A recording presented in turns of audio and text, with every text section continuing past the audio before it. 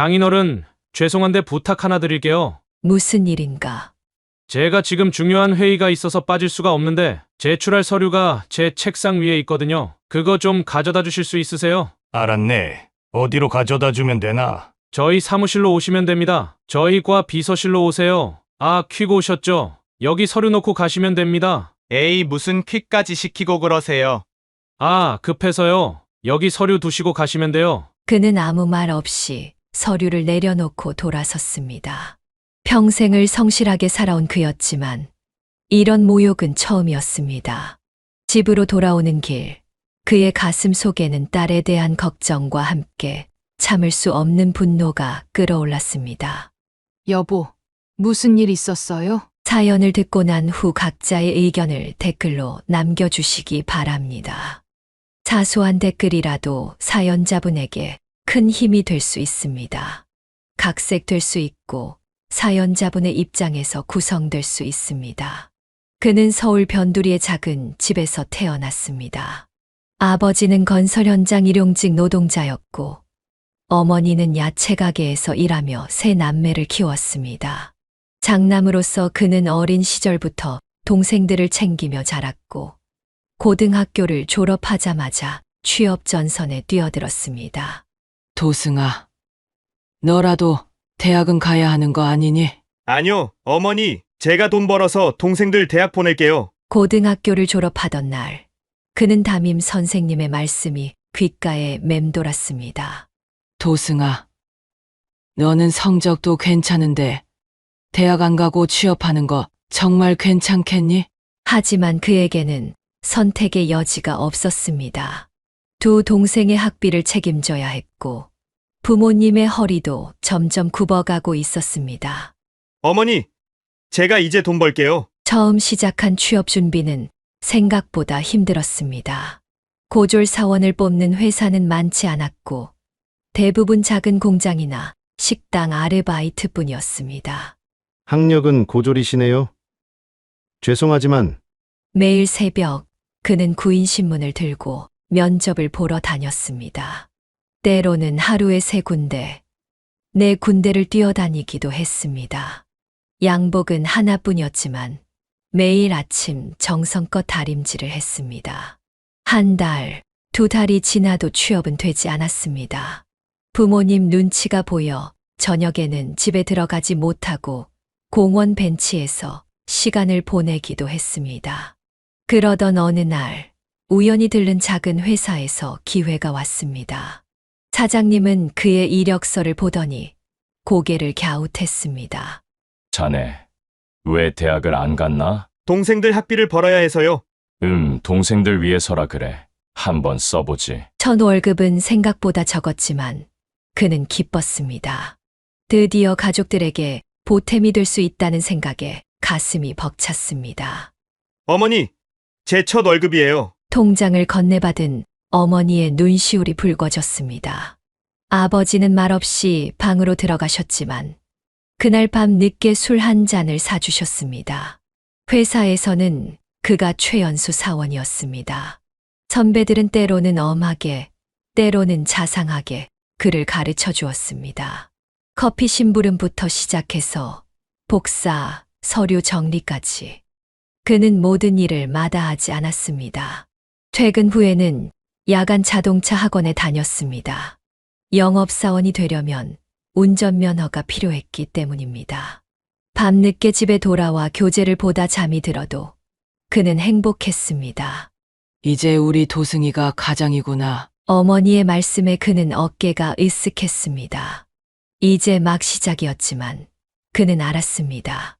이것이 자신의 길이라는 것을. 비록 대학은 가지 못했지만 성실함으로 인정받을 수 있다는 것을. 그는 성실함으로 인정받았습니다. 직장 동료들은 그의 끈기 있는 모습을 높이 평가했고 상사들은 그를 신뢰했습니다.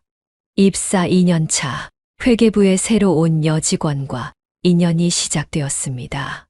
점심시간에 우연히 마주친 그녀는 단정한 치마 정장 차림에 은은한 미소가 매력적이었습니다. 김도승 씨, 이번 영업 보고서 정리하느라 고생 많으셨어요. 아니에요. 제가 더 꼼꼼히 챙겼어야 했는데. 퇴근 후 우연히 같은 버스를 타게 되면서 그들의 대화는 깊어졌습니다. 그녀 역시 집안 형편이 넉넉지 않았고 두 동생의 학비를 걱정하는 맏딸이었습니다. 서로의 처지가 비슷했기에 대화는 더욱 공감되었습니다. 저도 동생들 때문에 지금 이렇게 일하고 있어요. 그렇군요. 우리 참 비슷하네요. 연애는 자연스럽게 시작되었습니다.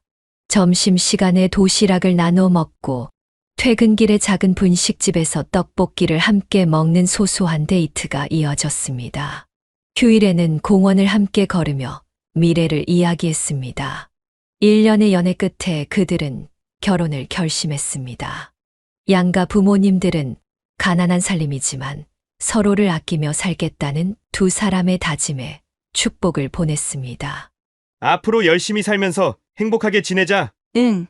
서로 믿고 의지하면서 살자. 결혼 후 처음 3개월은 신혼의 단꿈에 젖어 행복했습니다.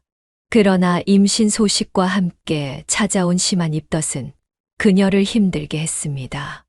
회사에서도 자주 구토를 하게 되자 결국 그녀는 퇴사를 결정했습니다. 여보, 미안해. 내가 좀 더 버텨볼걸. 괜찮아. 지금은 아기랑 내 건강이 더 중요해. 그는 퇴근 후 장을 보고 집안일을 도우며 아내를 챙겼습니다. 월급은 넉넉지 않았지만 검소한 생활 속에서도 그들은 서로를 위로하며 행복을 찾아갔습니다. 두 남매는 중학교에 진학하면서 더욱 열심히 공부했습니다. 아들은 수학과 과학을 좋아했고 딸은 영어와 국어에 특별한 재능을 보였습니다. 방과 후에는 도서관에 가서 늦게까지 공부하는 성실한 학생이었습니다. 그의 걱정과는 달리 두 남매는 서로를 의지하며 학업에 매진했습니다. 오빠는 동생의 수학 문제를 도와주었고 동생은 오빠의 영어 숙제를 봐주었습니다. 중간고사와 기말고사에서 두 남매는 항상 상위권을 유지했습니다. 성적표를 받아오는 날이면 아내는 행복한 미소를 지었습니다. 그녀의 고된 청소 일이 헛되지 않았음을 확인하는 순간이었습니다. 고등학교에 입학한 후에도 두 남매의 성실함은 변함이 없었습니다. 아들은 이과 계열에서 두각을 나타냈고 딸은 문과에서 우수한 성적을 거두었습니다. 담임 선생님들은 학부모 상담 때마다 칭찬을 아끼지 않았습니다. 두 남매가 서로 의지하면서 공부하는 모습이 참 보기 좋습니다. 방학 때는 용돈을 벌기 위해 아르바이트도 시작했습니다. 주변에서 마트를 운영하고 있는 사촌의 가게에서 일을 시작했습니다. 처음 받은 월급으로 부모님께 작은 선물을 사왔을 때 그의 마음은 뭉클했습니다. 아빠, 이거 첫 월급으로 산 거예요. 고마워, 아들. 근데 너희가 써야지. 아니에요. 제가 더 드리고 싶은데 이게 다예요. 수능을 앞두고 두 남매는 더욱 열심히 공부했습니다. 새벽에 일어나는 아내를 보며 더 열심히 해야겠다는 다짐을 했고 퇴근 후 피곤한 모습의 아버지를 보며 응원의 마음을 다졌습니다. 드디어 수능 날이 왔습니다.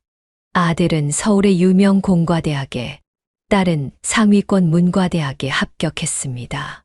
합격 소식을 들은 날, 온 가족이 모여 오랜만에 외식을 했습니다. 여보, 우리가 이런 날도 보내. 그래, 애들이 잘 자라줘서 정말 다행이야. 대학 입학 후에도 두 남매는 아르바이트를 계속하며 등록금의 일부를 스스로 마련했습니다. 장학금도 받아 부모님의 부담을 덜어주었습니다. 그들의 성실함과 책임감은 대학 생활에서도 빛을 발했습니다. 두 남매의 성공적인 대학 생활을 보며 그와 아내는 그동안의 고생이 모두 보답받는 기분이었습니다. 대학교에 입학한 두 남매는 각자의 전공에서 두각을 나타냈습니다. 아빠, 이번에 해외 인턴십에 합격했어요. 정말? 우리 아들 대단하다. 아들은 3학년 여름방학 때 미국의 한 기업에서 인턴으로 일할 기회를 얻었습니다. 영어 실력과 전공 지식을 인정받아 현지 회사에서 입사 제안을 받았습니다. 딸 역시 전공을 살려 대기업 인턴십에 참여했고 뛰어난 실력을 인정받아 조기 채용이 확정되었습니다. 여보, 우리 딸 취업 확정됐대. 그래? 이제 내가 고생한 보람이 있네. 주말이면 두 남매는 도서관에서 함께 공부했습니다. 아들은 해외 취업을 목표로 토익과 전공 공부를, 딸은 회사 입사를 앞두고 자격증 공부를 했습니다. 이번 주말에도 도서관 가지? 응. 그래야지. 그들의 노력은 곧 결실을 맺었습니다. 아들은 미국 기업의 정규직 오퍼를 받았고, 딸은 입사하자마자 신입사원 교육에서 1등을 차지했습니다. 우리 애들 이제 다 컸네. 그래, 걱정했던 것보다 잘 자라줬어. 아들은 미국으로 떠나기 전 그동안 모아둔 돈으로 부모님께 작은 선물을 준비했습니다. 아빠, 엄마, 이거 제가 번 돈으로 산 거예요. 이런 거 사지 말고 내가 써야지. 저 이제 돈 벌 수 있으니까 걱정하지 마세요. 딸은 입사 후 첫 월급으로 부모님을 고급 한정식 집으로 모셨습니다.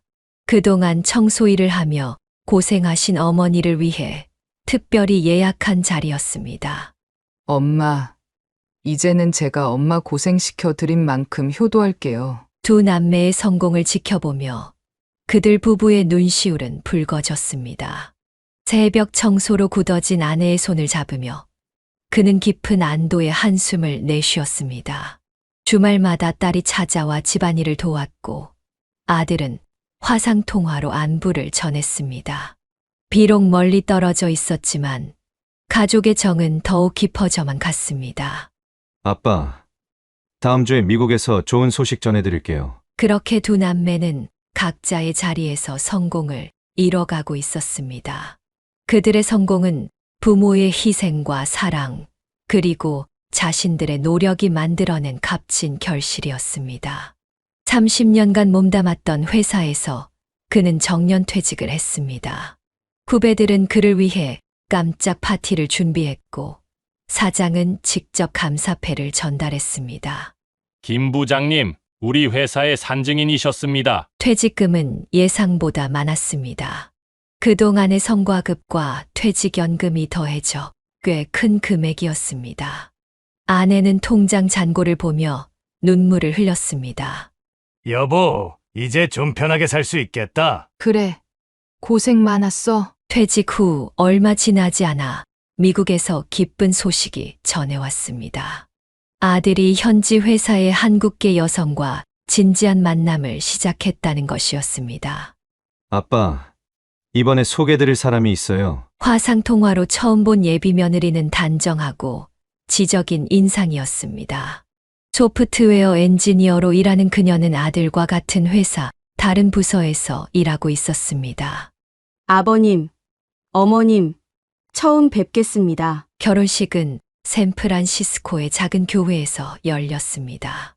그와 아내는 생애 처음으로 해외여행을 했고 푸른 태평양을 바라보며 감격스러워했습니다. 여보, 우리가 이런 날도 보내. 결혼식 날 신부 측 부모님도 한국 계셨기에 대화가 술술 풀렸습니다. 며느리의 아버지는 실리콘밸리에서 성공한 벤처기업가였고 어머니는 대학 교수였습니다. 1년 후 첫 손주가 태어났다는 소식을 받았습니다.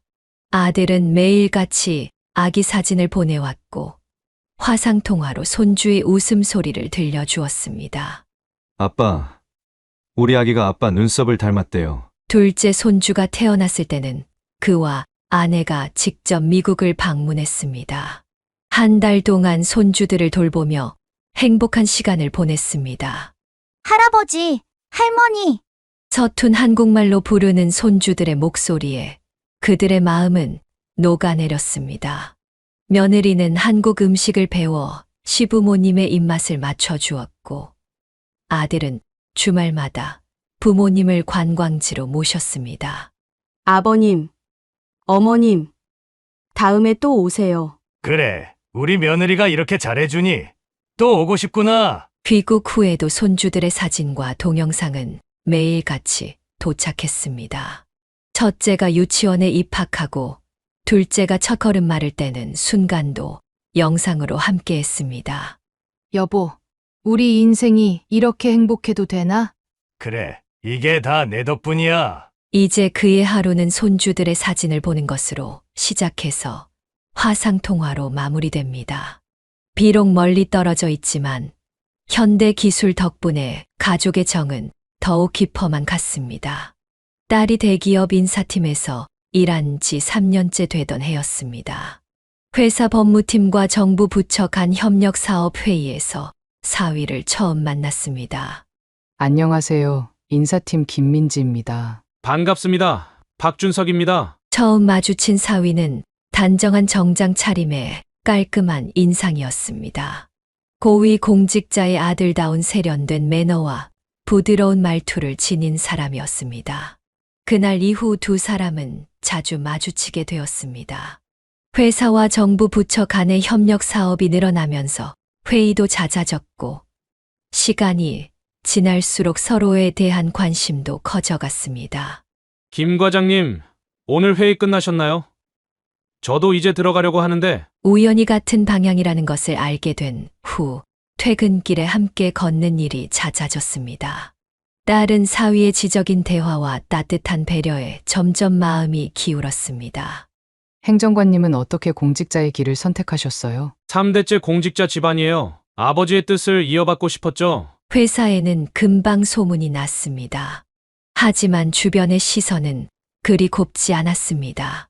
고위 공직자의 아들이자 유망한 젊은 관료와 회사 직원의 만남이라는 것이 화제가 된 것입니다. 민지 씨, 박 행정관님이랑 진전이 있나 봐요? 네, 아직은 서로 알아가는 중이에요. 사위는 주변의 시선에도 아랑곳하지 않고 당당하게 딸을 대했습니다. 점심시간에 약속을 잡아 함께 식사를 하고 퇴근 후에는 카페에서 이야기를 나누는 시간이 많아졌습니다. 민지 씨 부모님께 인사드리고 싶은데 어떠세요? 그렇게 반년간의 만남 끝에 사위는 정식으로 만남을 신청했습니다. 퇴근 후 카페에서 딸에게 청혼하면서 부모님을 뵙고 싶다는 뜻을 전했습니다. 아버지께서는 어떤 분이실까요? 소박하시지만 마음이 따뜻하신 분이세요. 사위는 처음 자신을 소개하러 올 때 비싼 양복을 맞춰 입고 왔습니다. 평소의 모습과는 다른 격식을 갖춘 모습이었습니다. 그때까지만 해도 아무도 몰랐습니다. 그의 겸손한 모습 뒤에 감춰진 오만함도, 정중한 말투 속에 숨겨진 차별의식도, 단지 모두가 좋은 신랑감이라고만 생각했을 뿐입니다. 만남이 깊어질수록 사위는 조금씩 다른 모습을 보이기 시작했습니다. 겉으로는 여전히 예의 바르고 공손했지만 때때로 은근한 신분차별적 발언들이 새어나왔습니다. 어느 날 저녁 사위는 약간의 술 기운을 빌어 혼잣말처럼 중얼거렸습니다. 우리 집안에서는 보통 장관급 이상하고 혼사를 하는데 딸은 이런 말들을 들으면서도 사위의 진심이 아닐 거라 믿었습니다. 하지만 만남이 진지해질수록 시댁의 압박은 점점 더 커져갔습니다. 준서가 결혼은 좀 더 신중하게 생각해보는 게 어떻겠니? 어머니의 이런 말들이 자주 들려왔고 딸은 이를 우연히 듣게 되곤 했습니다. 직장 내에서도 미묘한 기류가 있었습니다. 사위의 동료들은 겉으로는 축하한다면서도 뒤에서는 수군거렸습니다. 딸의 친구 한 명은 은근히 걱정을 표했습니다. 민지야, 그 사람 너무 가문만 보는 것 같지 않아? 하지만 딸은 이 모든 징후를 사랑으로 덮었습니다. 사위가 보여주는 세심한 배려와 공손한 태도가 그의 진짜 모습이라 믿고 싶었던 것입니다. 명품 가방을 선물하면서도 사위는 은근히 딸의 취향을 교정하려 했습니다. 앞으로는 이런 수준의 물건들을 써야 할 텐데 미리 익숙해지는 게 좋지 않을까요? 데이트를 하면서도 사위의 이중적인 모습은 계속됐습니다. 둘이 있을 때는 다정했지만 그의 지인들을 만날 때면 미묘하게 달라졌습니다. 시간이 지나고 딸이 연락해 왔습니다. 퇴근 후 곧장 온 듯 회사 정장 차림이었고 평소와 달리 긴장한 모습이었습니다. 아빠, 엄마, 제가 말씀드릴 게 있어요. 그래, 무슨 일인데? 제가 결혼하고 싶은 사람이 생겼어요. 그는 순간 가슴이 철렁했습니다. 37살이 된 딸의 결혼 문제로 늘 마음 한켠이 무거웠던 터라 이 말을 듣는 순간 안도감과 걱정이 동시에 밀려왔습니다. 어떤 사람인데? 공무원이에요. 올해 42살이고요. 첫 만남 날 그는 아내와 함께 강남의 한 레스토랑으로 향했습니다. 예비 사위는 이미 자리에서 기다리고 있었습니다. 안녕하세요. 장인어른 장모님, 박준석이라고 합니다. 키가 크고 듬직한 체격의 사위는 맞춤 정장을 단정하게 차려입고 있었습니다. 깊이 있는 눈빛과 차분한 말투에서 신중한 성격이 묻어났습니다. 아버님, 늦은 나이에 귀한 따님을 만나 죄송합니다. 아니요, 좋은 분을 만났다니 다행입니다. 식사 중에 사위는 자신의 이야기를 차근차근 들려주었습니다. 여보, 사위 될 사람이 참 듬직해 보인다. 그래, 우리 딸 고생 안 시킬 것 같아. 첫 만남 이후 두 사람은 양가 부모님께 정식으로 인사를 드리고 본격적인 결혼 준비에 들어갔습니다. 예비 사위는 주말마다 찾아와 장인어른과 등산도 가고 장모님의 손맛이 담긴 음식도 즐겼습니다. 아버님, 저희 결혼식은 간소하게 하고 싶습니다. 그래, 너희들 생각대로 하거라. 딸은 결혼 준비로 분주한 와중에도 매일 밤 부모님께 전화를 했습니다. 웨딩드레스를 고르고 신혼집을 계약하는 과정에서 크고 작은 일들을 상의했습니다. 아빠, 제가 이제 시집을 가네요. 그래, 벌써 이렇게 컸구나. 예비 신랑은 매번 방문할 때마다 빈손으로 오는 법이 없었고 특히 아내의 건강을 걱정하며 좋은 보약을 지어왔습니다. 그의 세심한 배려는 아내의 마음을 사로잡기에 충분했습니다. 결혼식 날짜가 잡히고 딸은 매일 저녁 퇴근 후 웨딩숍에 들러 드레스를 맞추고 예식 준비를 했습니다. 그는 가끔 딸이 피곤해 지친 모습으로 잠든 것을 보며 마음 한켠이 아려왔습니다. 우리 딸 결혼 준비하느라 힘들지? 아니에요, 아빠. 전 정말 행복해요. 상견례 날 그는 아내와 함께 고급 한정식집으로 향했습니다. 사도는 이미 도착해 계셨고 단아한 한복 차림의 예비 시어머니와 중후한 양복 차림의 예비 시아버지가 자리에서 일어나 그들을 맞이했습니다. 안녕하세요. 사돈어른. 먼저 와서 기다리고 있었습니다. 자리에 앉자 사돈이 먼저 입을 열었습니다. 고위 공무원 출신이라고 했습니다. 저희 준석이가 늦은 나이에 좋은 인연을 만났네요.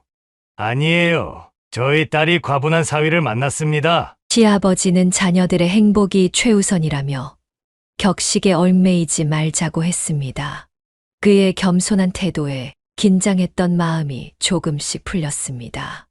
요즘 세상에 그런 게 뭐가 중요하겠습니까? 젊은 애들 행복하게 살면 그걸로 됐죠. 시어머니는 수저를 들어 음식을 골라 그의 아내의 접시에 놓아주었습니다.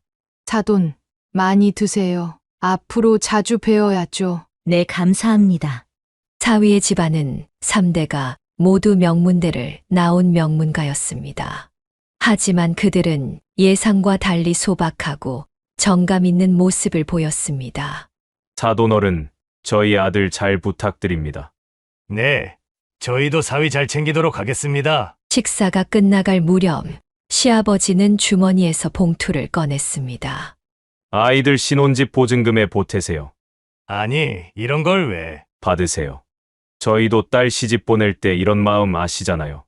그날 저녁 집으로 돌아오는 차 안에서 아내가 말했습니다. 여보, 우리 딸 시댁이 참 좋은 분들이네. 그래, 너무 걱정했나 봐. 다음 주말 사돈이 직접 그의 집을 방문했습니다. 소박한 아파트였지만 시어머니는 정갈하게 차린 밥상을 보며 연신 칭찬했습니다. 사돈 손맛이 참 좋으시네요. 과찬이십니다.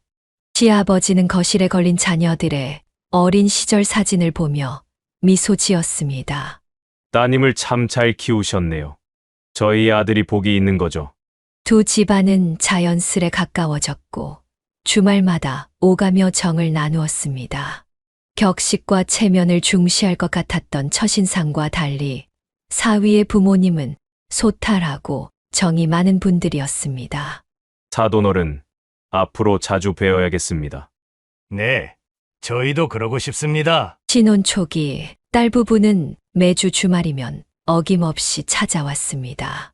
사위는 항상 고급 과일이나 선물을 들고 왔고 딸은 엄마가 해주는 음식이 그립다며 식탁에 앉았습니다. 아빠, 저희 집은 이제 좀 적응했어요. 그래. 생활하는데 불편한 건 없고. 신혼집은 고급 아파트였습니다. 사위는 딸을 위해 인테리어도 새로 했다며 자랑했고 딸은 행복한 미소를 지었습니다. 여보, 우리 딸 잘 살고 있는 것 같아 다행이다. 그러게, 걱정했는데 괜히 했나 봐. 그러나 한 달이 지나자 딸 부부의 방문이 뜸해졌습니다. 전화도 잘 받지 않았고 문자에도 늦게 답장이 왔습니다. 아빠, 죄송해요. 요즘 회사 일이 너무 바빠서. 그는 딸의 변화가 마음에 걸렸지만 세대계 적응기라 생각하며 넘겼습니다. 아내는 매일 전화를 걸어보았지만 딸은 피곤하다며 짧게 통화를 끝냈습니다.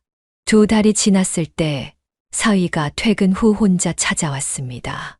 장인어른, 장모님, 좋은 소식이 있습니다. 무슨 일인가? 민지가 임신했습니다. 순간 아내의 눈시울이 붉어졌습니다. 딸의 연락이 뜸했던 이유를 이제야 알게 된 것입니다. 그래서 그동안 연락도 잘 안 되고. 네, 입덧이 심해서 고생하고 있습니다. 다음 날 그는 아내와 함께 딸의 집을 찾았습니다. 소파에 누워있는 딸은 평소보다 야위어 보였습니다. 엄마, 너무 힘들어요. 그래, 엄마도 너 낳을 때 입덧 심했었어. 사위는 출장이 잦아 밤늦게 들어오는 경우가 많다고 했습니다. 아내는 그날부터 매일 딸의 집으로 가 반찬을 해주고 집안일을 도왔습니다. 여보, 나도 참 힘들었는데 우리 딸도 고생이네. 그래도 이제 곧 예쁜 손주도 볼 수 있잖아. 그렇게 시작된 딸의 임신 생활은 순탄치만은 않았습니다. 입덧이 심해 직장도 휴직을 해야 했고 사위는 바쁜 업무로 집을 비우는 날이 많았습니다. 입덧이 한창이던 딸을 위해 가족 식사 자리가 마련되었습니다. 사위는 평소와 달리 술을 과하게 마셨고 얼굴이 붉어질 때쯤 돌연 태도가 변했습니다. 장인어른, 제가 솔직히 좀 할 말이 있습니다. 그의 말투에서 존중의 기색은 사라져 있었습니다. 뭔가. 제가 사실 처가가 이 정도일 줄은 몰랐습니다. 순간 식탁의 공기가 얼어붙었습니다. 사위는 와인잔을 비우며 계속 말을 이었습니다. 저희 집안하고 너무 차이가 나잖아요. 아버님은 평생 월급쟁이로 사시고 딸이 급히 말을 막으려 했지만 사위는 아랑곳하지 않았습니다. 여보, 그만해. 뭘 그만해? 난 사실대로 말하는 거야. 장모님은 지금도 건물 청소하시잖아? 우리 엄마 친구들한테 뭐라고 말해? 그의 얼굴이 순간 굳어졌습니다. 아내는 손을 떨며 숟가락을 내려놓았습니다. 청소가 뭐가 부끄러운 일이라고 그러시나. 부끄럽죠. 당연히 부끄럽죠. 내가 고위 공직자 집안의 자제로 이런 처가를 둘 줄 알았겠습니까? 사위는 이제 완전히 취해 목소리를 높였습니다. 애초에 내가 잘못 선택한 거야. 돈이라도 있으면 모를까. 이런 처가를 두다니. 딸이 울음을 터뜨렸습니다. 여보, 제발 그만해. 아버지, 어머니, 죄송해요. 죄송하기는 뭐가 죄송해? 내가 시집 와서 우리 집안 격이 떨어진 게 죄송한 거 아니야? 그 순간 그는 자리에서 벌떡 일어났습니다. 30년 동안 참아왔던 분노가 치밀어 올랐습니다. 험한 꼴 보지 말고 나가게. 뭐라고요? 당장 이 자리에서 나가라고. 사위는 비틀거리며 일어섰습니다. 취기 어린 눈으로 그를 비웃듯 바라보았습니다. 그래요. 나가죠. 어차피 이런 자리 오고 싶지도 않았어요. 딸이 사위의 팔을 잡았지만 그는 거칠게 뿌리쳤습니다. 사위가 나간 후 식당에는 무거운 정적만이 남았습니다. 딸은 오열했고 아내는 딸을 붙잡고 울었습니다. 아빠, 저 어떡해요? 그는 아무 말도 할 수 없었습니다. 단정했던 사위의 첫인상, 겸손해 보였던 모습, 그 모든 것이 거짓이었다는 사실에 가슴이 찢어지는 듯 했습니다. 여보, 우리 딸이 왜 이런 일을 당해야 하나? 그날 밤, 그는 한숨도 잘 수 없었습니다. 창밖을 바라보며 딸의 앞날을 걱정했습니다. 임신 중인 딸이 받았을 상처를 생각하니 가슴이 무너져 내렸습니다. 사위의 돌변은 여러 사건들이 복합적으로 얽혀 일어난 일이었습니다. 결혼 직후부터 사위의 직장에서는 미묘한 기류가 흘렀습니다. 시아버지는 공직에서 물러나게 되었습니다. 준서가, 이제 너라도 가문의 자존심을 지켜야 한다. 아버지의 이 말은 그에게 큰 부담으로 작용했습니다. 고위직 진출을 바라보던 그의 꿈도 흔들리기 시작했고, 어머니는 더욱 빈번히 찾아와 며느리를 다그쳤습니다. 준서가 엄마 친구 며느리들은 다들 장관급 집안이라 품위가 남다르더구나. 이런 어머니의 말들이 그의 마음속 깊이 자리 잡았습니다. 술만 마시면 혼잣말처럼 중얼거렸습니다. 내가 왜 이런 선택을 한 거지? 딸은 이런 말들을 들으면서도 혼자 삭히며 지냈습니다. 임신 초기에 힘든 시기였지만 시댁에 티를 내지 않으려 애썼습니다. 하지만 심한 입덧으로 집안일을 제대로 하지 못하게 되자 사위의 불만은 더욱 커져갔습니다. 매주 찾아오는 시어머니는 며느리의 살림살이를 검사하듯 살폈습니다. 집안의 분위기부터 며느리의 옷차림까지 모든 것이 문제가 되었습니다. 아들, 이렇게 살림을 하면 쓰나 너희 아버님 다시 정계에 진출하실 텐데. 정계에서의 실각, 법조계 진출의 어려움, 어머니의 잔소리가 겹치면서 사위의 속에는 분노가 쌓여갔습니다. 겉으로는 여전히 예의 바른 사위였지만 술만 마시면 본색이 드러나기 시작했습니다. 특히 안사돈의 모임에서 있었던 일은 결정적이었습니다. 전직 장관 부인이었던 한 친구가 아내를 우연히 보았다는 이야기를 꺼낸 것입니다. 준서가, 어제 내 장모님이 청소하시는 건물에 내가 들렀었는데. 이 말은 그의 자존심에 큰 상처를 남겼습니다. 고위 공직자 집안의 자제로서 장모가 건물 청소부라는 사실이 그의 체면을 구기게 했습니다. 여보, 당신도 좀 노력해봐. 이게 뭐야? 이런 일상이 반복되면서 그의 속에 켜켜이 쌓였던 분노와 불만이 폭발할 기회만을 노리고 있었습니다. 그리고 그 기회는 가족 식사 자리에서 찾아왔습니다.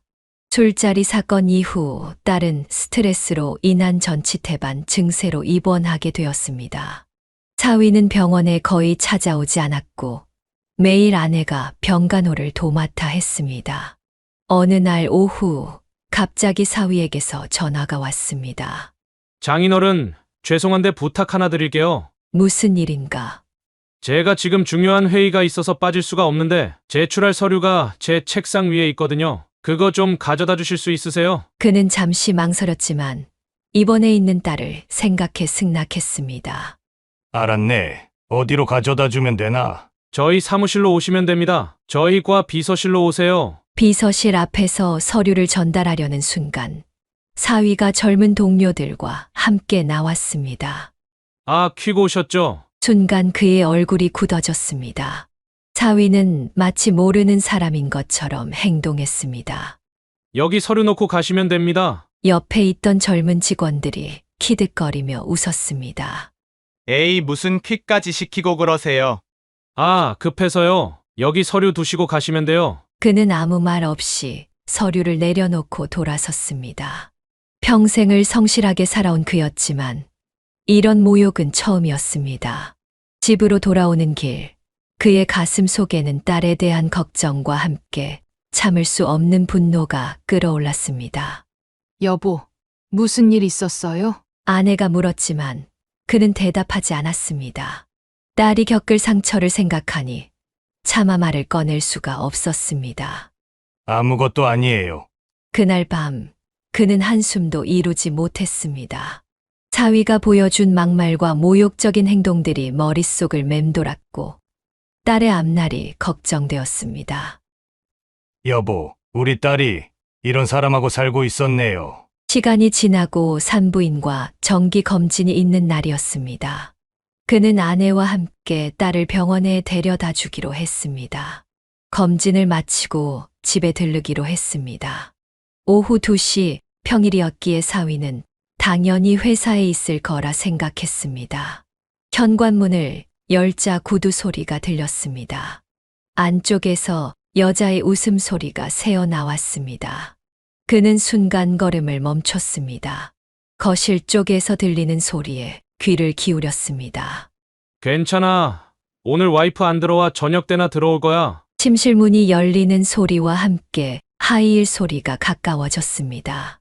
그 순간 젊은 여자가 사위와 함께 나왔습니다. 둘 다 옷매무새가 흐트러져 있었습니다. 아버님. 사위의 얼굴이 창백해졌습니다. 여자는 황급히 가방을 들고 현관을 빠져나갔습니다. 이게 무슨 짓이야? 그의 분노에 찬 고함에 사위는 아무 말도 하지 못했습니다. 그때 뒤에서 딸의 흐느끼는 소리가 들렸습니다.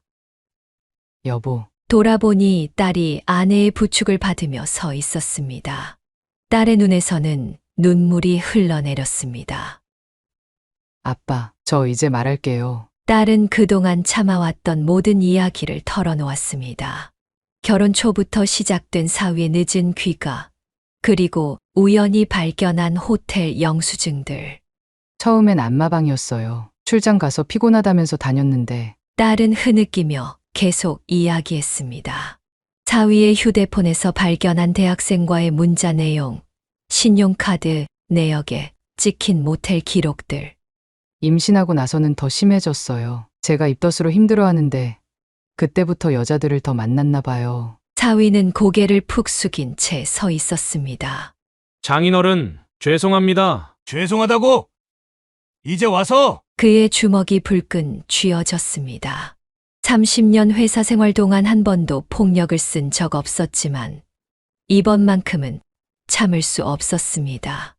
여보, 그만하세요. 아내가 말렸지만 이미 그의 주먹은 사위의 얼굴을 향해 날아가고 있었습니다. 아버님. 사위가 비틀거리며 쓰러졌습니다. 코에서 피가 흘렀지만 아무도 그를 걱정하지 않았습니다. 당장 이혼해라!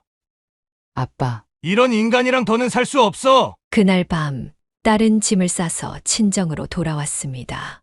사위는 계속해서 전화를 걸어왔지만 아무도 받지 않았습니다. 회사 방문과 고발 다음 날 아침 그는 딸과 함께 사무실을 찾았습니다. 증거는 이미 준비되어 있었습니다.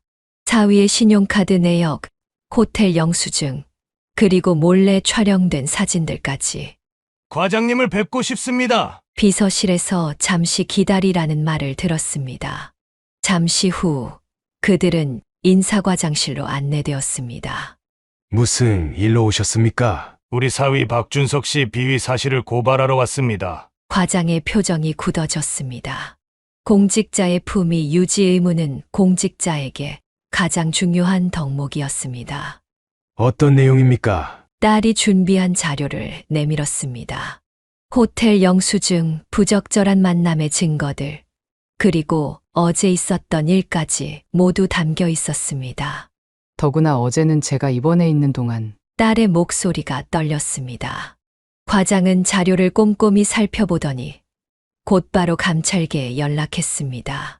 즉시 조사에 착수하도록 하세요. 그날 오후 사위는 감찰 조사실에 출두 명령을 받았습니다. 상간녀로 지목된 여직원도 같은 시간에 불려갔습니다.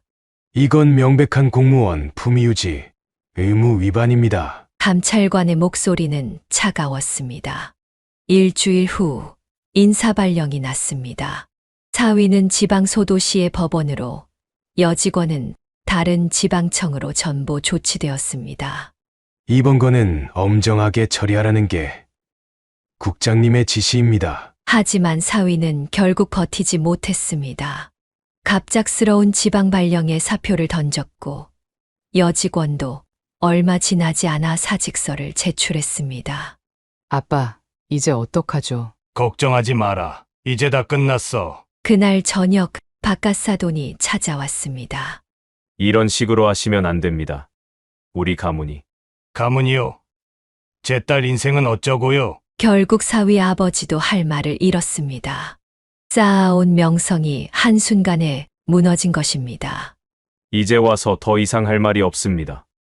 그렇게 공직자로서의 사위의 경력은 끝이 났습니다. 그는 서울에서 가장 유명한 이혼 전문 변호사를 찾았습니다. 40년 경력의 김 변호사는 사건의 전말을 듣자마자 승소를 장담했습니다. 이런 명백한 부정행위는 드문 케이스입니다. 얼마나 걸릴까요? 6개월 안에 모두 마무리하겠습니다. 변호사는 즉시 이혼 소송과 함께 재산분할 청구를 시작했습니다. 사위 측에서는 합의 이혼을 제안했지만 그들은 단호히 거절했습니다. 합의는 없습니다. 법대로 하시죠. 재판이 시작되자 사위의 추악한 민낯이 하나둘 드러났습니다. 호텔 영수증, 신용카드 내역, CCTV 영상까지 불륜의 증거들이 법정에 제출되었습니다. 피고는 혼인 기간 동안 총 23회의 부적절한 관계를 가졌음이 확인됩니다. 판사는 증거를 검토하며 고개를 절레절레 흔들었습니다. 첫 재판에서 양육권은 단독으로 딸에게 넘어갔습니다. 사위는 월 300만 원의 양육비와 2억 원의 위자료, 지급 판결을 받았습니다. 아버님, 민지 좀 설득해 주세요. 법대로 하자며 끝까지 법대로 가보자고. 이어진 상간녀와의 소송에서도 승소했습니다. 5천만 원의 위자료 판결이 났고 그녀는 항소를 포기했습니다. 이제 끝났어요, 아빠. 딸의 눈에서는 참았던 눈물이 흘러내렸습니다. 그는 딸의 어깨를 토닥였습니다. 그래, 이제 다 끝났다. 사위는 이혼 후 지방으로 내려갔다는 소식이 들려왔습니다. 이제는 시골의 작은 변호사 사무실에서 일한다는 소문이 들려왔습니다. 마지막 재판이 끝난 날, 사위의 아버지가 찾아와 고개를 숙였습니다. 우리 아들의 잘못입니다. 너무 늦었지만 죄송합니다. 그렇게 시간이 지나고 비가 내리는 어느 저녁 초인종이 울렸습니다. 그가 문을 열자 사위가 서 있었습니다. 한때 당당하던 모습은 온데간데 없이 초라한 차림이었습니다. 장인어른, 저 좀 살려주세요. 술 냄새가 진동했습니다. 그는 문을 닫으려 했지만 사위가 발을 걸어 막았습니다. 제발 5분만이라도 말씀 좀 나눕시다. 잠시 망설이다 그는 현관 앞에서 사위를 맞았습니다. 집 안으로 들이고 싶지는 않았습니다. 무슨 말을 하려고? 저 지방에서 작은 변호사 사무실에서 일하는데 잘 안 됩니다. 위자료도 마련하기 힘들고. 비에 젖은 사위의 머리카락에서 물방울이 뚝뚝 떨어졌습니다. 그래서 좀 봐주실 수 없을까요? 제가 잘못했습니다. 정말 뼈저리게 반성하고 있어요. 그는 사위를 물끄러미 바라보았습니다. 한때 유망했던 사람이 이렇게 전락하다니. 반성. 내 딸 가슴에 대못 박을 때는 언제고? 죄송합니다. 제가 미쳤었나 봅니다. 사위가 무릎을 꿇으려 하자 그는 손을 들어 막았습니다. 그만해. 체면도 없나? 체면 같은 거 다 버렸습니다. 제발 한 번만 기회를. 기회는 없어. 위자료랑 양육비나 준비해. 하지만 저로서는 그 돈을 내 집안에서 대신 내던지 알아서 해. 우리 딸 인생 망가뜨린 대가는 치러야지. 사위는 고개를 푹 숙였습니다. 장인어른, 제가 잘못했습니다. 진심으로 사과드립니다. 사과는 필요 없다. 법원 판결대로만 해. 그때 안에서 딸의 목소리가 들렸습니다. 아빠, 누구예요? 사위의 눈빛이 흔들렸습니다. 그는 재빨리 문을 닫았습니다. 아무도 아니다. 그날 밤 비는 계속 내렸습니다. 창밖으로 사위가 떠나는 뒷모습이 보였습니다. 한때 자랑스러웠던 사위, 이제는 낯선 사람이 되어 비 속으로 사라져갔습니다. 여보, 누구였어요? 모르는 사람이야. 아내는 알면서도 모른 척했습니다. 둘 다 딸이 상처받지 않기를 바랐기 때문입니다. 사위는 더 힘든 생활을 보내고 있었습니다. 한때 고위 공무원이었던 사위였습니다. 술집 주인이 그를 부축해 일으켰습니다. 찢어진 양복에서는 술 냄새가 진동했고 구두는 몇 달째 닦지 않은 듯 흙먼지로 가득했습니다. 저 사람 옛날에 고위공무원이었다면서요? 그래. 집안 자체가 엘리트 집안이었대. 근데 바람 피우다 걸려서 쫓겨났지. 양육비와 위자료는 이제 6개월째 연체였습니다. 월급의 대부분이 술값으로 나갔고 법원에서는 매주 독촉장이 날아왔습니다. 가끔은 채권 추심원들이 찾아와 문을 두드렸습니다. 박준석 씨, 이러시면 안 됩니다. 법적 조치를. 다음 주까지만 꼭 마련해서. 아버지는 그를 완전히 절연했습니다. 가문의 수치라는 말과 함께 모든 지원을 끊었고 어머니조차 더 이상 연락을 하지 않았습니다. 설날에 보낸 메시지는 읽지 않은 채로 남아 있었습니다. 준석아, 넌 이제 우리 아들이 아니다. 우리 가문에서 나가라. 하루는 길에서 우연히 옛 동료를 마주쳤습니다. 한때 그의 부하였던 사람이었습니다. 하지만 상대는 그를 모른 척 지나갔고 그의 인사는 허공에 흩어졌습니다. 과장님, 저 박준석입니다. 죄송합니다만 제가 누군지 모르겠네요. 서울 강남의 고급 아파트는 이제 시골 읍내의 반지하 월세방이 되었습니다. 독일제 외제차는 10년 된 중고 경차로 바뀌었고 맞춤 정장은 시장에서 산 값싼 양복이 되었습니다. 거울 속 자신의 모습은 날이 갈수록 초라해져만 갔습니다. 새 휴대폰을 살 돈조차 없었습니다. 동네 사람들은 그를 서울에서 내려온 실패한 양반이라 수군거렸습니다. 한때 청와대에 드나들던 그가 이제는 구멍가게에서 소주를 외상으로 사 마시는 신세가 되었습니다. 박 선생, 외상이 이제 50만 원이 넘었습니다. 죄송합니다. 월급 받으면 꼭. 과거의 오만함은 온데간데 없이 사라졌고 남은 것은 후회와 자괴감뿐이었습니다. 매일 밤 술에 취해 비틀거리며 집으로 돌아가는 그의 뒷모습은 쓸쓸하기 그지없었습니다. 작은 사무실에서 일하는 그의 책상 서랍 속에는 딸과 하연이의 사진 한 장이 고이 접혀 있었습니다. 술에 취할 때마다 꺼내보는 사진은 이제 구겨지고 바랬지만 그에게는 마지막 남은 보물이었습니다. 선생님, 이번에도 월급에서 양육비 압류 들어왔습니다. 네, 알겠습니다. 서류 한 장 한 장을 검토할 때마다 그의 손은 떨렸습니다. 이제는 작은 계약서 하나 제대로 쓰지 못할 만큼 나약해져 있었습니다. 주말이면 그는 혼자 공원 벤치에 앉아 하루 종일 멍하니 시간을 보냈습니다. 가끔 지나가는 어린 딸과 아버지의 모습을 보며 자신이 영원히 잃어버린 것들을 떠올렸습니다. 그렇게 사위의 몰락은 계속되었고 한때 그가 누렸던 모든 것들은 이제 먼 꿈이 되어버렸습니다. 오만했던 그의 과거는 철저히 무너졌고 남은 것은 후회와 쓸쓸함 뿐이었습니다. 해가 뜨기 시작할 무렵 병원에서 전화가 왔습니다. 딸의 진통이 시작되었다는 소식이었습니다. 그와 아내는 서둘러 병원으로 향했습니다. 아빠 너무 아파요. 딸의 손을 잡고 있던 그의 손에 힘이 들어갔습니다. 마지막 진통이 시작되고 새벽 5시 정각에 아기의 울음소리가 울려 퍼졌습니다. 축하합니다. 예쁜 공주님이에요. 간호사가 아기를 보여주었을 때 그는 눈시울이 붉어졌습니다. 마치 젊은 시절 딸을 처음 안았을 때처럼 가슴이 벅차올랐습니다. 여보, 우리 딸이 엄마가 됐네요. 그러게 우리도 이제 할머니 할아버지구나. 아기는 딸을 쏙 빼닮았습니다. 동그란 눈에 오똑한 코, 도톰한 입술까지 어린 시절 딸의 모습 그대로였습니다. 아빠, 우리 애기 예쁘죠? 그래, 너랑 똑같다. 퇴원 후 딸과 손녀는 자연스럽게 그의 집에서 살게 되었습니다. 넓지 않은 아파트였지만 손녀의 웃음소리로 가득 찼습니다. 아기 옷이랑 기저귀는 내가 사올게. 여보, 이제 그만 사요. 벌써 얼마나 샀다고. 아내는 투덜거리면서도 손녀의 옷을 고르는 재미에 푹 빠졌습니다. 그도 퇴근길에 장난감 가게에 들르는 것이 일과가 되었습니다. 우리 똘똘이 할아버지가 또 장난감 사왔네. 손녀는 날이 갈수록 쑥쑥 자랐습니다.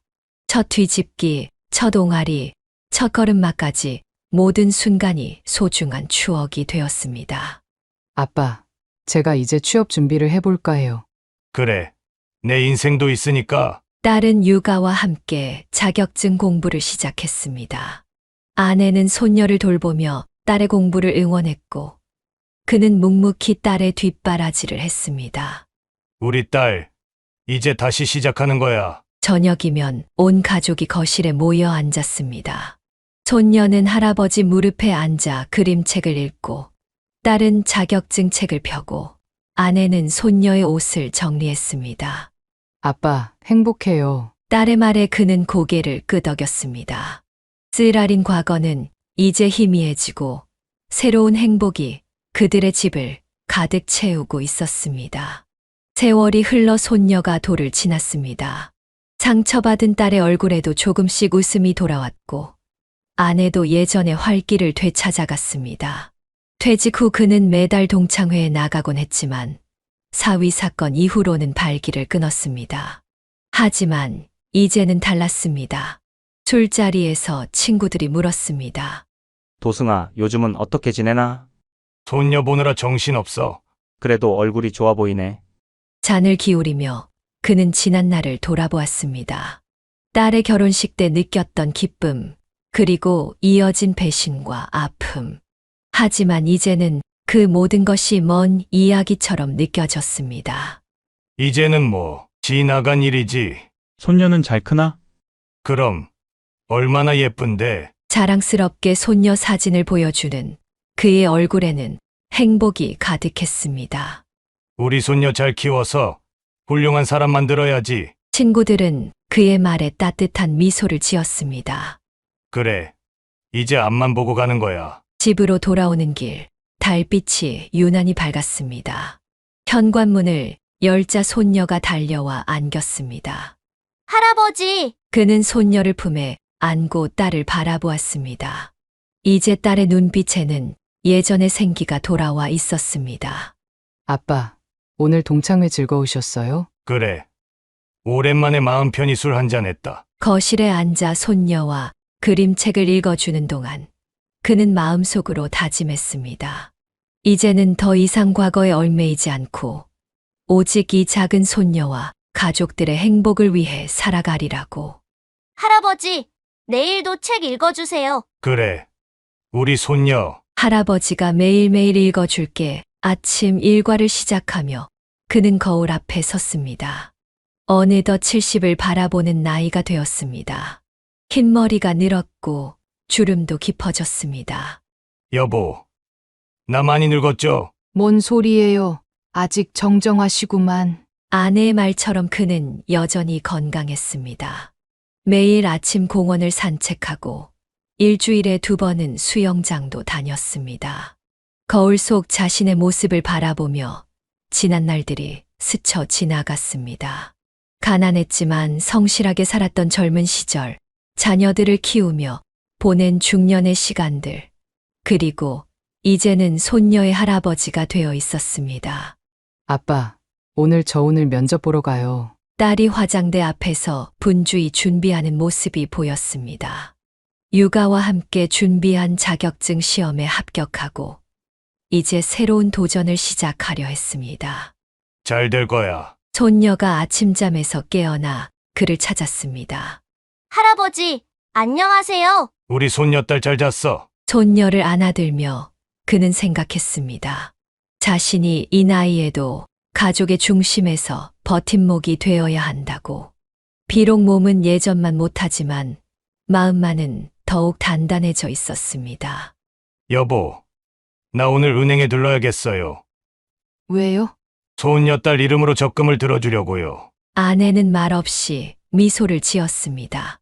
그들은 말하지 않아도 서로의 마음을 알 수 있었습니다. 거울 속의 자신과 마주하며 그는 다짐했습니다. 앞으로도 건강관리를 잘해서 가족들의 든든한 버팀목이 되어주리라고.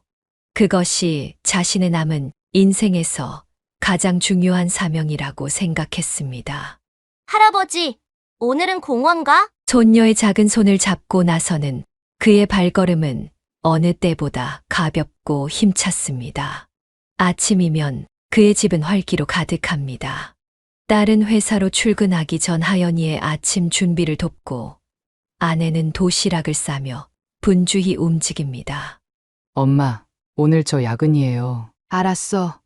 그럼 내가 하연이 유치원 데리러 갈게. 딸은 대기업 인사팀에 취직해 승진도 했습니다. 이제는 당당한 워킹맘으로서 자신의 길을 걷고 있습니다.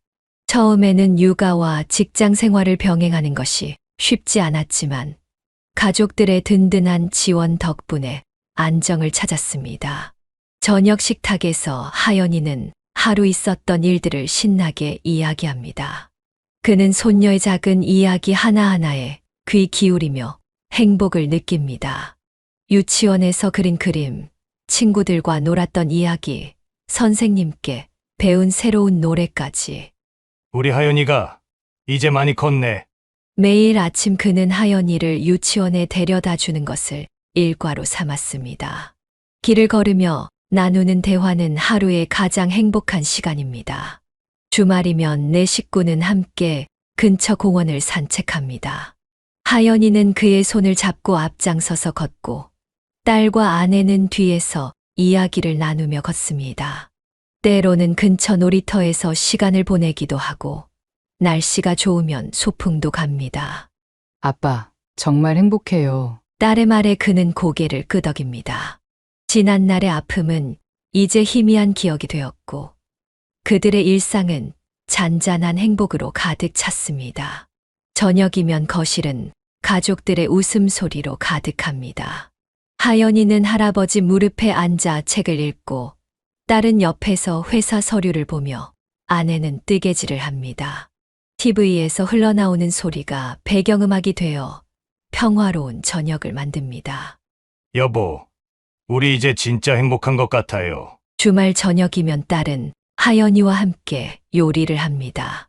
앞치마를 두른 하연이가 엄마를 도와 반죽을 치거나 야채를 씻는 모습을 보며 그는 마음속 깊이 감사함을 느낍니다. 하연이의 재롱스러운 모습에 온 가족이 웃음을 터뜨립니다. 명절이면 친척들이 모여듭니다. 처음에는 딸의 이혼 사실 때문에 어색했지만 이제는 모두가 자연스럽게 받아들입니다. 오히려 하연이의 밝은 모습을 보며 더 많은 사랑을 보여줍니다. 우리 하연이 정말 잘 크고 있어요. 친척들의 칭찬에 따른 행복한 미소를 짓습니다. 그는 옆에서 그런 딸의 모습을 보며 가슴이 따뜻해집니다. 할아버지, 내일은 또 뭐하고 놀아요? 하연이의 눈망울에는 내일에 대한 기대가 가득합니다. 그는 손녀를 바라보며 생각합니다. 이제 그들에게 남은 것은 오직 행복한 미래뿐이라고. 아침 8시가 되면 어김없이 화상통화 알림음이 울립니다. 미국은 이제 저녁 시간. 퇴근한 아들이 가족들과 함께 저녁을 먹기 전 한국의 가족들과 이야기를 나누는 시간입니다. 아버님, 어머님, 안녕하세요. 며느리는 여전히 한국말을 깔끔하게 구사합니다. 실리콘밸리에서도 한인 커뮤니티와 활발히 교류하며 아이들에게도 한국어를 가르치고 있습니다. 할아버지, 안녕하세요. 손주들의 서툰 한국말에 그의 마음은 늘 따뜻해집니다. 첫째 준호는 이제 초등학교 3학년, 둘째 민서는 1학년이 되었습니다. 우리 준호, 민서 많이 컸구나. 아이들은 저마다의 이야기로 화면을 채웁니다. 준호는 학교에서 있었던 과학 프로젝트 이야기를, 민서는 발레 수업에서 배운 새로운 동작을 자랑합니다. 아빠, 하연이랑 통화하고 싶대요. 화면 속 손주들이 사촌 동생 하연이를 찾습니다. 하연이는 곧장 달려와 사촌 오빠, 언니와 이야기를 나눕니다. 비록 한 번도 만난 적은 없지만 아이들은 마치 옆집에 사는 친구처럼 친근하게 대화를 이어갑니다. 하연아, 다음에 우리가 한국 갈 거야. 매주 아들은 아이들의 사진과 동영상을 보내옵니다. 운동회에서 달리기를 하는 준호의 모습, 학교 합창단에서 노래하는 민서의 영상. 그는 매일 밤 손주들의 사진을 보며 하루를 마무리합니다. 미국 손주들은 한국의 문화에 대해 특별한 관심을 보입니다. 며느리가 보내준 영상 속에서 준호는 태권도 도장에서 열심히 수련하고 있었고, 민서는 한국 드라마를 보며 한글을 배우고 있었습니다.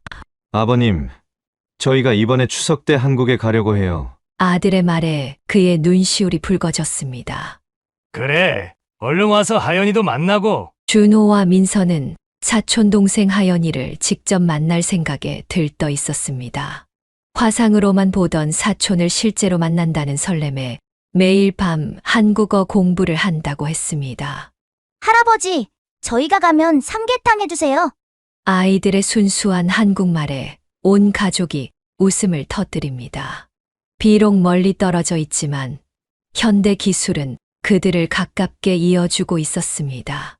아버님, 어머님, 저희가 보낸 선물 받으셨죠? 아들 내외는 한 달에 한 번씩 꼭 한국의 부모님께 선물을 보냅니다.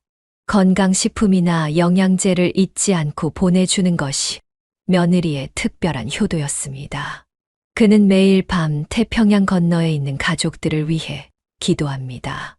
아들이 하는 사업이 잘 되기를, 며느리가 건강하기를, 그리고 손주들이 바르게 자라기를. 여보, 우리 복 받은 것 같아요. 아내의 말에 그는 고개를 끄덕입니다. 멀리 있는 가족이지만 서로를 생각하는 마음만큼은 그 어느 때보다 가까웠습니다. 시간은 모든 것을 치유한다는 말처럼 그의 가족은 이제 완전히 새로운 일상을 맞이했습니다. 아침이면 하연이의 제잘거림으로 하루가 시작되고, 저녁이면 딸의 퇴근을 기다리며 온 가족이 저녁 식탁에 모입니다. 할아버지, 나 오늘 유치원에서 상 받았어요. 하연이는 날이 갈수록 더 밝고 씩씩하게 자라났고, 딸은 직장에서 인정받는 능력 있는 워킹맘이 되었습니다. 아내는 손녀를 돌보며 제2의 전성기를 맞이한 듯 활기가 넘쳤습니다. 미국의 아들 가족과도 더욱 가까워졌습니다. 화상통화로 만나는 준호와 민서는 이제 한국말도 제법 늘어 사촌 동생 하연이와 수다를 떨 수 있게 되었습니다. 그는 이제 더 이상 과거를 돌아보지 않습니다. 딸의 상처는 완전히 아물었고, 하연이는 밝고 건강하게 자라고 있었으며 아들 가족도 행복한 삶을 이어가고 있었습니다. 여보, 우리 손주들 보면서 살 수 있어서 참 좋죠? 그래요, 이게 다 당신 덕분이에요. 칠순을 앞둔 나이에도 그의 하루는 여전히 바쁩니다. 아침에는 하연이를 유치원에 데려다주고, 낮에는 수영장에서 운동을 하고, 저녁이면 손주들과 놀아주느라 시간 가는 줄 모릅니다. 아빠, 제가 이제는 알아요.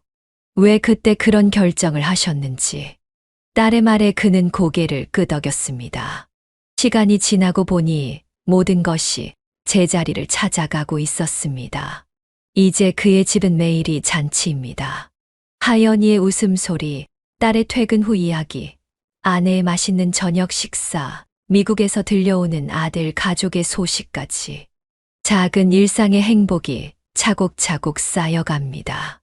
할아버지, 나 커서 뭐가 될까요? 우리 하연이는 뭐가 돼도 잘할 거야. 손녀의 맑은 눈동자를 바라보며 그는 생각합니다.